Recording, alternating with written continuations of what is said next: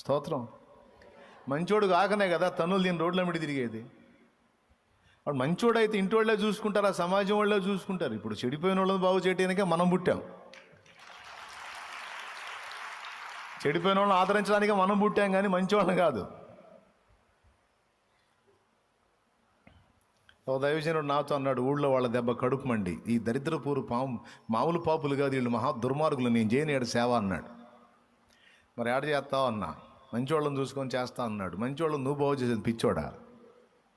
మంచివాళ్ళని నువ్వు బాగు చేసేది ఏంది? చెడిపోయిన వాళ్ళని బాగు చేయడానికే కదా మనల్ని పిలిచాడు ఆయన. ఏమంటారు? నిన్ను ప్రేమించేవాడిని నువ్వు ప్రేమిస్తే అన్యుడికి నీకు తేడా ఏముంది? నిన్ను ద్వేషించేవాడిని సైతం ప్రేమించటమే కదా దేవుని బిడ్డ లక్షణం.